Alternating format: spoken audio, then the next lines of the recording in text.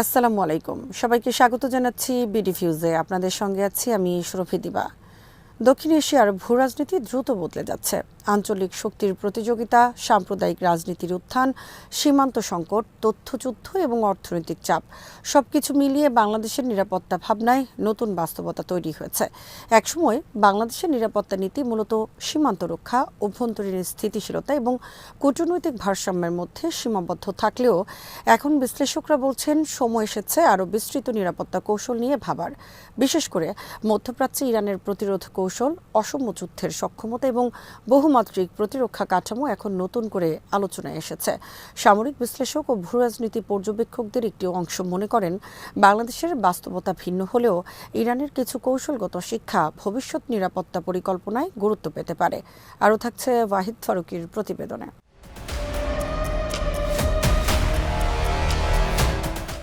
বর্তমান বিশ্বে যুদ্ধের ধরন বদলে গেছে। বড় শক্তির বিরুদ্ধে সরাসরি যুদ্ধ না করেও একটি রাষ্ট্র কিভাবে দীর্ঘমেয়াদে টিকে থাকতে পারে, ইরান সেই উদাহরণ তৈরি করেছে। যুক্তরাষ্ট্র ও ইসরায়েলের লাগাতার চাপ, অর্থনৈতিক নিষেধাজ্ঞা, সামরিক হুমকি এবং আঞ্চলিক উত্তেজনার মধ্যেও ইরান নিজেদের প্রতিরক্ষা কাঠামো ভেঙে পড়তে দেয়নি। বরং তারা এমন একটি বহুমাত্রিক প্রতিরোধ কৌশল তৈরি করেছে যেখানে সামরিক শক্তির পাশাপাশি সাইবার সক্ষমতা, ড্রোন প্রযুক্তি, ক্ষেপণাস্ত্র, নৌ প্রতিরক্ষা, গোয়েন্দা নেটওয়ার্ক এবং তথ্যযুদ্ধ সমানভাবে গুরুত্বপূর্ণ ভূমিকা পালন করছে। বিশ্লেষকদের মতে ইরানের সবচেয়ে বড় শক্তি হল তারা বুঝে গেছে যে প্রচলিত যুদ্ধের ময়দানে পশ্চিমা শক্তির সঙ্গে সমানে প্রতিযোগিতা করা সম্ভব নয়। তাই তারা অসম যুদ্ধ বা অ্যাসিমেট্রিক ওয়ারফেয়ারের পথ বেছে নিয়েছে।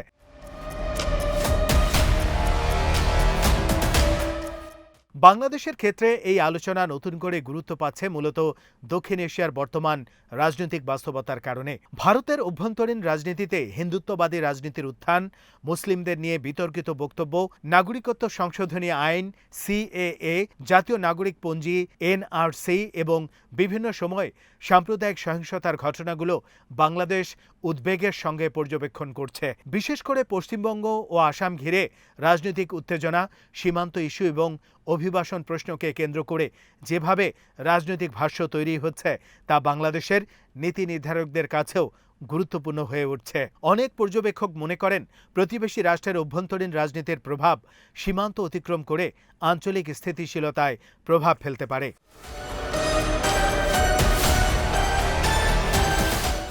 তবে বাংলাদেশের জন্য সবচেয়ে জরুরি বিষয় হলো আবেগ নয়, বরং বাস্তব ভিত্তিক নিরাপত্তা বিশ্লেষণ। কারণ আধুনিক বিশ্বে নিরাপত্তা হুমকি কেবল সীমান্তে সেনা মোতায়েনের মধ্যেই সীমাবদ্ধ নয়। তথ্যযুদ্ধ, সাইবার আক্রমণ, অর্থনৈতিক চাপ, সামাজিক বিভাজন, ধর্মীয় উত্তেজনা, শরণার্থী সংকট এবং কূটনৈতিক বিচ্ছিন্নতা সবই এখন নিরাপত্তার অংশ। রোহিঙ্গা সংকটের অভিজ্ঞতা বাংলাদেশকে ইতিমধ্যেই দেখিয়েছে কিভাবে একটি মানবিক বিপর্যয় ধীরে ধীরে নিরাপত্তা ও অর্থনৈতিক চ্যালেঞ্জে পরিণত হতে পারে। সীমান্ত অঞ্চলে মাদক চোরাচালান, অস্ত্র পাচার, উগ্রবাদী নেটওয়ার্ক এবং ভুয়া তথ্য প্রচারণা বাংলাদেশের জন্য ভবিষ্যতের বড় উদ্বেগ হিসেবেই দেখা হচ্ছে।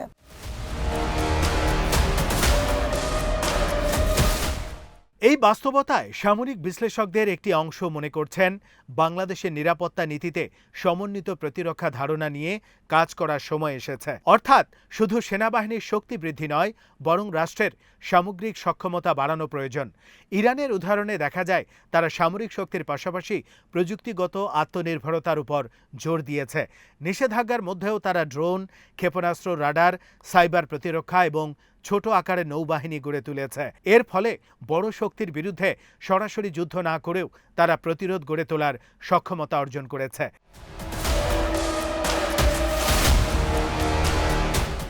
বাংলাদেশের ক্ষেত্রেও প্রযুক্তি নির্ভর প্রতিরক্ষা ব্যবস্থা এখন গুরুত্বপূর্ণ হয়ে উঠছে। বিশেষ করে ড্রোন প্রযুক্তি, সাইবার সিকিউরিটি, সীমান্ত নজরদারি ব্যবস্থা এবং ইলেকট্রনিক ওয়ারফেয়ার ভবিষ্যতের নিরাপত্তা কৌশলের গুরুত্বপূর্ণ অংশ হতে পারে। বিশ্লেষকদের মতে বাংলাদেশের মতো সীমিত সম্পদের রাষ্ট্রের জন্য অত্যাধুনিক যুদ্ধ বিমান বা ব্যয়বহুল অস্ত্র প্রতিযোগিতায় নামার চেয়ে তুলনামূলক কম খরচে কার্যকর প্রতিরোধ সক্ষমতা গড়ে তোলা বেশি বাস্তবসম্মত। ইরান যেভাবে ছোট ড্রোন, মোবাইল ক্ষেপণাস্ত্র এবং সাইবার সক্ষমতা ব্যবহার করে বড় শক্তিগুলোকে চাপে রাখছে, এখন তা বিশ্বের বহু দেশের সামরিক একাডেমিতে আলোচনার বিষয়।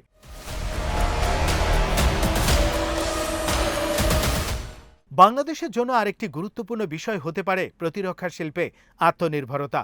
বর্তমানে অধিকাংশ উন্নয়নশীল দেশই বিদেশি অস্ত্রের ওপর নির্ভরশীল, কিন্তু যে কোনো আঞ্চলিক সংকট বা আন্তর্জাতিক চাপের সময় অস্ত্র সরবরাহ বন্ধ হয়ে যাওয়ার ঝুঁকি থাকে। তাই সামরিক গবেষণা, প্রযুক্তি উন্নয়ন এবং স্থানীয় উৎপাদন সক্ষমতা বাড়ানো এখন অত্যন্ত গুরুত্বপূর্ণ বলে মনে করছেন নিরাপত্তা বিশ্লেষকরা। বাংলাদেশ ইতিমধ্যেই কিছু ক্ষেত্রে অগ্রগতি দেখিয়েছে। নৌযান নির্মাণ, ছোট অস্ত্র উৎপাদন এবং প্রযুক্তিগত গবেষণার ক্ষেত্রে ধীরে ধীরে বিস্তৃত হচ্ছে। তবে বিশেষজ্ঞদের মতে এটিকে আরও কৌশলগত পর্যায়ে নিয়ে যেতে হবে।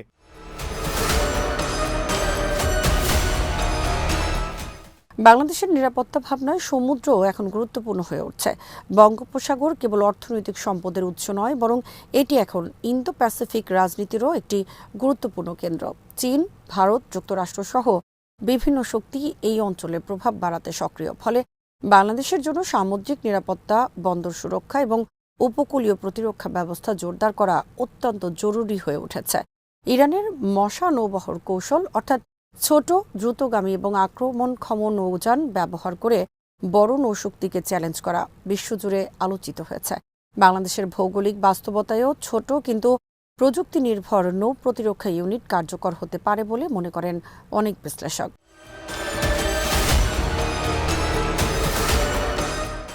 একই সঙ্গে তথ্যযুদ্ধ এখন আধুনিক নিরাপত্তার সবচেয়ে গুরুত্বপূর্ণ অংশগুলোর একটি। সামাজিক যোগাযোগ মাধ্যমের যুগে ভুয়া তথ্য, উস্কানিমূলক প্রচারণা এবং মনস্তাত্ত্বিক প্রভাব বিস্তার এখন সরাসরি রাষ্ট্রীয় নিরাপত্তাকে প্রভাবিত করছে। বিভিন্ন সময় দেখা গেছে সীমান্ত উত্তেজনা বা রাজনৈতিক ইস্যুকে কেন্দ্র করে সামাজিক মাধ্যমে বিভ্রান্তিকর তথ্য ছড়িয়ে উত্তেজনা বাড়ানো হচ্ছে। বিশ্লেষকদের মতে বাংলাদেশের এখন শক্তিশালী সাইবার কমান্ড, তথ্য বিশ্লেষণ ইউনিট এবং ডিজিটাল কূটনীতি গড়ে তোলা প্রয়োজন। কারণ আধুনিক বিশ্বে যুদ্ধ কেবল সীমান্তে হয় না, যুদ্ধ হয় মানুষের মনস্তত্ত্বেও।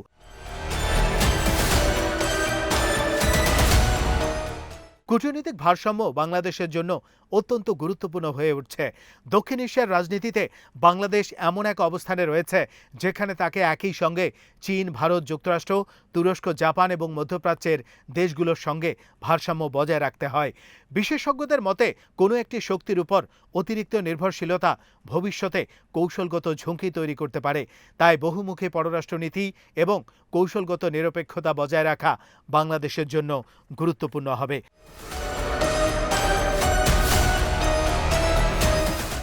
নিরাপত্তা বিশ্লেষকরা আরও বলছেন, ভবিষ্যতের সবচেয়ে বড় যুদ্ধ হতে পারে অভ্যন্তরীণ স্থিতিশীলতা নিয়ে। যে রাষ্ট্র ভেতর থেকে বিভক্ত, রাজনৈতিকভাবে অস্থিতিশীল এবং সামাজিকভাবে মেরুকৃত, সেই রাষ্ট্র বহিরাগত চাপ সহজে মোকাবেলা করতে পারে না। তাই বাংলাদেশের জন্য জাতীয় ঐক্য, সামাজিক সংহতি এবং রাজনৈতিক স্থিতিশীলতা সবচেয়ে বড় নিরাপত্তা শক্তি হতে পারে। ইরানের ক্ষেত্রেও দেখা যায় বহিরাগত চাপের মুখে তারা জাতীয় পরিচয় ও রাষ্ট্রীয় মনস্তত্ত্বকে শক্তিশালী করার চেষ্টা করছে।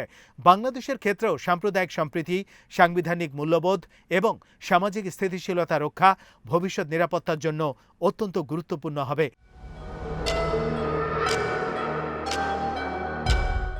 বিশ্লেষকদের মতে বাংলাদেশের নিরাপত্তা নীতিতে একটি বড় পরিবর্তন প্রয়োজন। প্রতিক্রিয়াশীল নীতি থেকে পূর্ব প্রস্তুতিমূলক নীতিতে যাওয়া, অর্থাৎ সংকট তৈরি হওয়ার পর ব্যবস্থা নেওয়ার বদলে সম্ভাব্য হুমকি আগেই চিহ্নিত করে প্রস্তুতি নেওয়া। সীমান্ত পরিস্থিতি, আঞ্চলিক রাজনীতি, তথ্যযুদ্ধ, সাইবার ঝুঁকি এবং অর্থনৈতিক নিরাপত্তা সবকিছুকে সমন্বিতভাবে দেখতে হবে। কারণ আধুনিক বিশ্বে যুদ্ধ শুরু হওয়ার আগেই অনেক রাষ্ট্র দুর্বল হয়ে পড়ে অর্থনৈতিক চাপ, সামাজিক বিভাজন এবং তথ্যগত বিশৃঙ্খলার কারণে।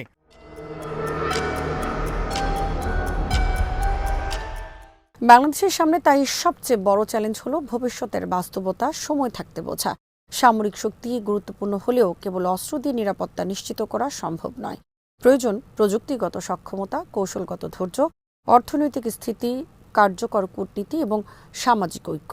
ইরানের অভিজ্ঞতা দেখিয়েছে একটি রাষ্ট্র যদি আত্মনির্ভরতা, বহুমাত্রিক প্রতিরক্ষা এবং দীর্ঘমেয়াদী পরিকল্পনার উপর জোর দেয়, তাহলে সীমিত সম্পদ নিয়েও বড় শক্তির চাপ মোকাবেলা করা সম্ভব। বাংলাদেশের ক্ষেত্রেও আগামী দিনের নিরাপত্তা নির্ভর করবে ঠিক কতটা দ্রুত রাষ্ট্র তার নিরাপত্তা চিন্তাকে আধুনিক, প্রযুক্তি নির্ভর এবং কৌশলগতভাবে সমন্বিত করতে পারে তার উপর। আজ এখানেই শেষ করছি। সবাই ভালো থাকুন, সুস্থ থাকুন আর দেখতে থাকুন বিডি ভিউজ। চ্যানেলটি ভালো লাগলে সাবস্ক্রাইব করুন। সংযুক্ত থাকুন আমাদের ফেসবুক পেজে। আল্লাহ হাফেজ।